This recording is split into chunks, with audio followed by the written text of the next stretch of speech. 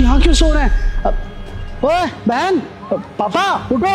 अरे गेट के बाहर क्यों सो रहे हो? क्या कर रहे हो आप लोग यहाँ? चलो अंदर चलो। नहीं बेटा, हम अंदर नहीं जा सकते क्योंकि बहू ने हमें धक्के मार के घर से बाहर निकाल दिया। क्या?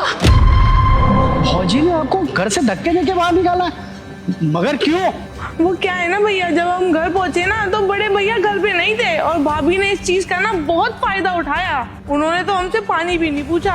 हमने बस उनसे इतना ही बोला कि भाभी कोई बाहर से आता है तो उसको पानी तो पूछते हैं कम से कम। लेकिन इतनी सी बात पे वो गुस्सा हो गई और पता नहीं भैया क्या क्या बोलने लगी कि तुम गाँव के गवार हो, 10-10 लोगों का खाना खाते हो, तुमसे गाय की गोबर की बदबू आती है। भैया पता नहीं क्या क्या बोला हम दोनों से। फिर हम उनसे बोले कि भाभी आप बेफिजूल की बातें कर रही हो। फिर उन्होंने बोला कि निकलो यहाँ से हमारे घर से, और पापा को धक्का मार के बाहर निकाल दिया। हमने उनसे बोला कि भाभी आप ये सब ना जानबूझ के कर रही हैं कि आप चाहती है कि हम गांव जाएं और गांव से कभी वापसी यहाँ पर ना आए। फिर उन्होंने बोला कि हाँ, मैं तुम लोगों से नफरत करती हूँ, यहाँ पे आने की जरूरत नहीं है तुम लोगों को। अच्छा, तो भौजी की इतनी हिम्मत कि वो मेरे पापा और मेरी बहन से बदतमीजी करे।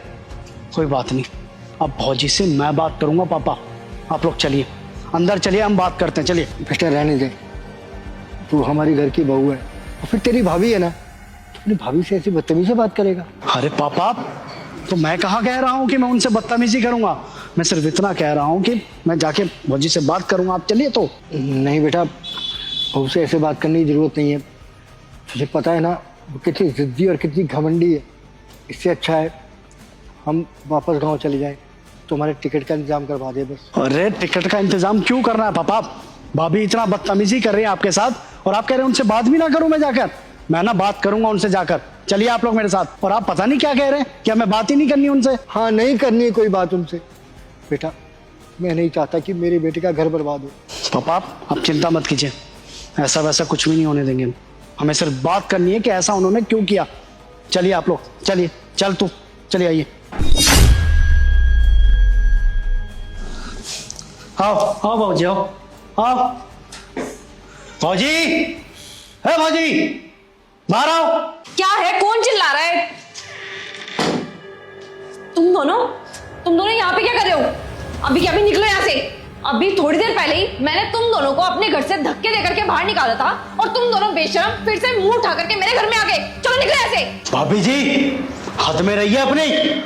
अरे बाबूजी है हमारे, आपके पति के भी बाबूजी है ये, और आप उनको ही बाहर निकालने पे तुली हुई हो। आपको पता है ये दोनों नीचे सो रहे थे गेट के पास, वहां से लेकर आया हूं। आपकी हिम्मत भी कैसे हुई इन्हें घर से बाहर निकालने की? अपना ना मुंह कंट्रोल में रख, समझ में आया? और मेरे को एक बात समझ में नहीं आई, तू मेरे पे चिल्ला कैसे रहा है? जुबान को कंट्रोल में रख वरना एक थप्पड़ तेरे को खिंचा के मारूंगी। भाभी ये आपसे पहले ना मेरे भैया का घर है, और मेरे भैया से पहले भी ना ये मेरे बाबूजी का घर है। ये घर बाबूजी ने भैया को दिया था रहने के लिए। उसके बाद ही भैया का प्रमोशन हुआ तो इसके ऊपर 2 फ्लोर और बनाए थे आपने, और आज उसी घर का घमंड कर रही हो आप। अच्छा, और तुझे क्या लगता है कि वो बात बताएगा कौन? और तुझे पता भी है मैं इन दोनों को घर से बाहर क्यों निकाल रही हूँ? तेरे को पता है कितना खाना खाते हैं ये लोग? दिन रात सिर्फ और सिर्फ खाना ही खाते रहते हैं, कभी ये कभी वो कभी ये। खाना खिला खिला करके ना देखना कैसे हो रहे हैं दोनों के दोनों। और रही बात तुम्हारे बाबूजी की, इनकी ना सेवा करते करते थक जाती हूँ मैं। जब भी यहाँ पे आते हैं ना तो कभी इनके दवाइयों का खर्चा, कभी इनके दवा दारू का खर्चा। इतना परेशान हो गई ना, कभी कहते हैं ये दाल नहीं खानी खिचड़ी बना दो, अब इनके लिए 36 पकवान बनाऊं क्या मैं? और पता भी है ये सब बनाने में कितना पैसा लगता है। तुम सबको क्या पता होगा, तुम सब तो बेरोजगारी हो। भाभी आप ना हद में रहिए। अगर एक लफ्ज और हमारे बाबूजी के बारे में बोला ना तो हम भूल जाएंगे कि आप हमारी भाभी है।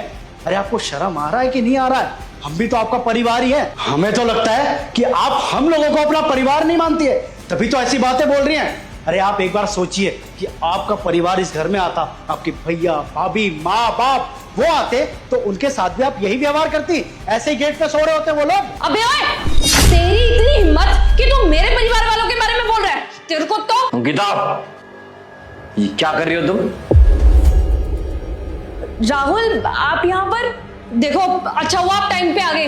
ये देखना देवर को, कि देवर जी कब से मेरे से बदतमीजी कर रहे हैं, मेरे परिवार वालों को उल्टा सीधा भी बोल रहे हैं और मुझे भी। बकवास बंद करो अपनी, सब कुछ सुन लिया मैंने अपने कानों से। और एक बात बताओ, तुम्हारी हिम्मत कैसे हुई मेरे पापा और मेरी बहन को यहाँ से धक्के मार के बाहर निकालने की। हाँ तो मैं क्या करूं राहुल, मैं इतना परेशान हो गई हूँ।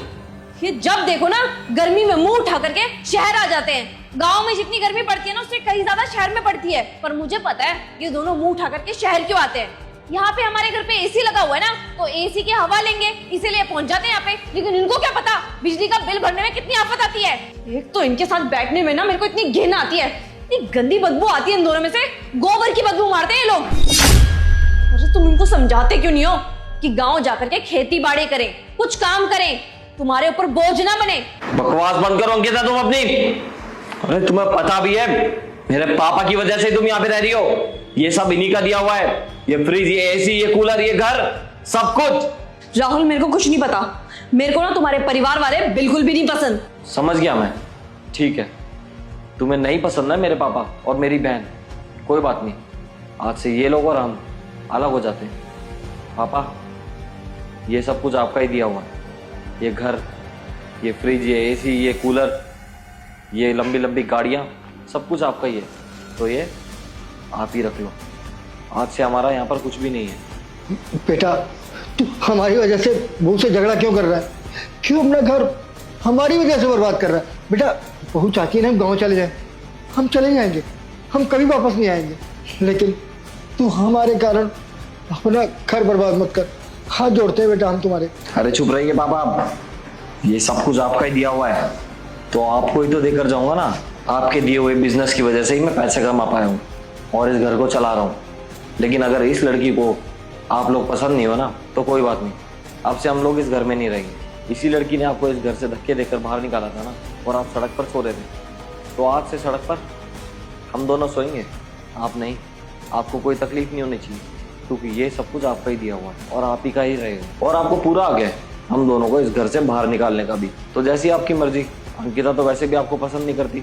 तो अंकिता आज से हम लोग सड़क पे सोएंगे, चलो बात। अरे राहुल कैसी बातें करे जा रहे हो, ये भी तो सोचो ना, अगर हम ये घर छोड़ के चले जाएंगे तो हम जाएंगे कहाँ, रहेंगे कहाँ और खाएंगे क्या? वो सब मैं नहीं जानता अंकिता, तुम्हें मेरे पापा नहीं पसंद है ना, तो मेरे पापा ने मेरे को जो जो दिया है उनको वो तो लौटाना ही पड़ेगा ना। ये घर उन्हीं का है और इनका दिया हुआ बिजनेस भी जो मैं चलाता हूँ, जिससे मैं पैसे कमाता हूँ। इनकी दी हुई गाड़ियां भी इन्हीं की है। और जब तुम्हें पसंद ही नहीं करती तो ये सब हमारा कैसे हुआ? चलो तुम, आज से ये सब पापा का ही है, चलो। राहुल कैसी बातें करे जा रहे हो? अच्छा तुम्हें ये दिक्कत है ना कि मेरे को तुम्हारे पापा से दिक्कत है, मुझे इनसे कोई दिक्कत नहीं है। पापा जी, दीदी आप इधर ही रहना, मुझे आपसे कोई दिक्कत नहीं है। अरे आप दोनों खड़े क्यों हैं? बैठिए ना, सोफा आप ही के लिए है। और दीदी आप बताओ क्या खाओगी? आपकी फेवरेट मैक्रोनी बनाऊं? अंकिता ये लास्ट वार्निंग है तुम्हारे लिए। अगर आज के बाद मेरे परिवार में से किसी से भी बदतमीजी से भी बात करी है ना तुमने, तो वो बाहर नहीं जाएंगे यहाँ से। यहाँ से बाहर जाओगी सिर्फ और सिर्फ तुम। जतिन तुम भी बैठो, मैं कुछ खाने के लिए लेके आती हूँ।